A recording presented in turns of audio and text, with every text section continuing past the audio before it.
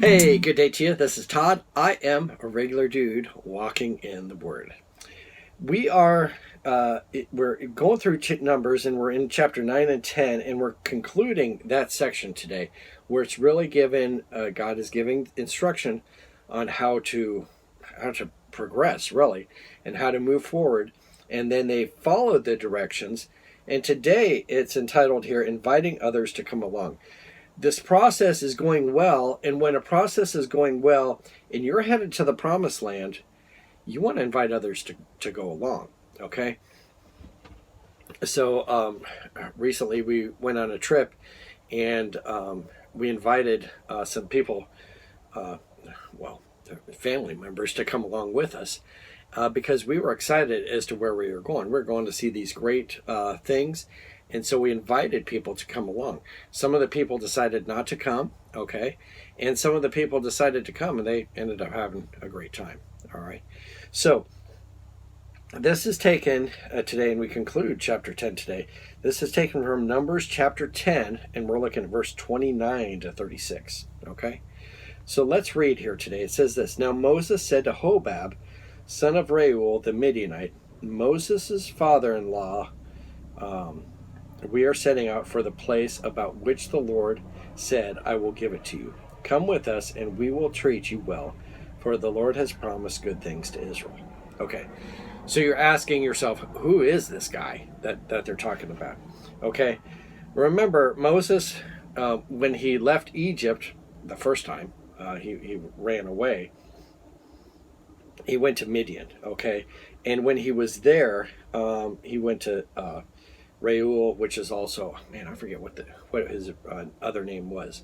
But anyway, he went there, and he married this guy's daughter, all right? Well, obviously, the guy has passed away since then. And now this is Hobab, son of Reuel.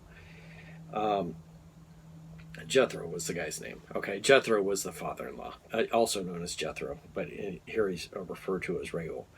Hobab is the other son-in-law, all right? So he's kind of head of the family now. And so he's in the area here, and Moses invites him to, hey, come along. So just so we have context of what's happening here, this is another brother-in-law, but it's a relative of Moses' wife, and now Moses, all right? He answered, and this is verse 30 here. He answered, No, I will not go. I am going back to my own land and my own people. And you're asking, where is that? That's back in Midian. That's where he's going.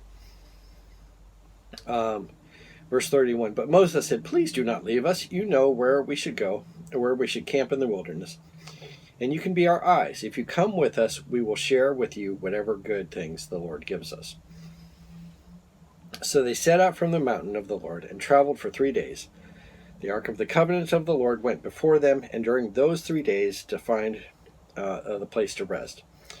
The cloud of the Lord was over them by the day, and when they set out from the camp, whenever the ark set out, Moses said, Rise up, Lord, may your enemies be scattered, may your foes flee before you. Whenever it came to rest, he said, Return, Lord, to the countless thousands from Israel. All right. Now, let's go back to this story here. You have this relative of Moses, and Moses invites him to come along, all right? And at first he says, No, I'm going back to my homeland. Well, it's obvious he did come along, because you find out in the book of Judges that you have Moses' relatives there. These relatives are living there, and you find that in the book of Judges. You can go back and look at how that played out. And it's in the story of Deborah, the judge of Deborah. And it's not Deborah, but it's in that story. And when you read that story, you'll find out these are Moses' relatives. So obviously they came along. Now the funny thing here is Moses said, Hey, I want you to help direct us, okay? We just spent these whole 2 chapters here talking about following the direction of God. And so you might go, why is Moses saying that we need this guy to lead, to find the way here? I think it's because he wasn't saying like, oh, we need you to find the way through the promised land because we can't trust this cloud and this fire and all the trumpets and everything else. I think it was just a nice way to say, hey, come along and you can help out being a scout for us. All right.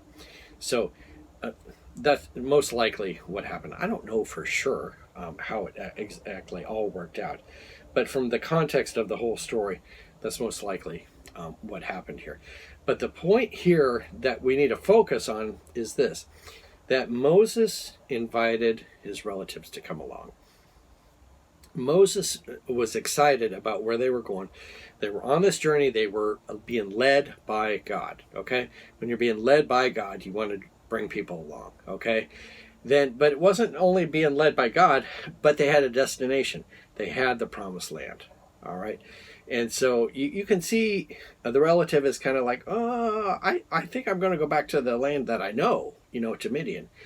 But then he decides to come along, and he's going to the great unknown because he's never been to the promised land, but he's hearing good things about it because of what God has said and God has directed. So he ends up coming along. So we know God is directing our lives, and I know I'm going to heaven. So my goal is to bring people along. And so I know I'm on this destination and I'm directed by God, so come with me because I'm being directed by God. And I know where I'm going. I'm going to heaven, so I invite you to come along with me to heaven. So I encourage you to have that outlook on life. Bring people along with you, all right? You know where you're going, hopefully. If you don't, it's time to examine your life, all right? So, hey, thanks for watching. I am just a regular dude walking in the Word, and I look forward to seeing you tomorrow. And I invite you, bring people along with you on your journey. Lord's blessing. I'll see you tomorrow.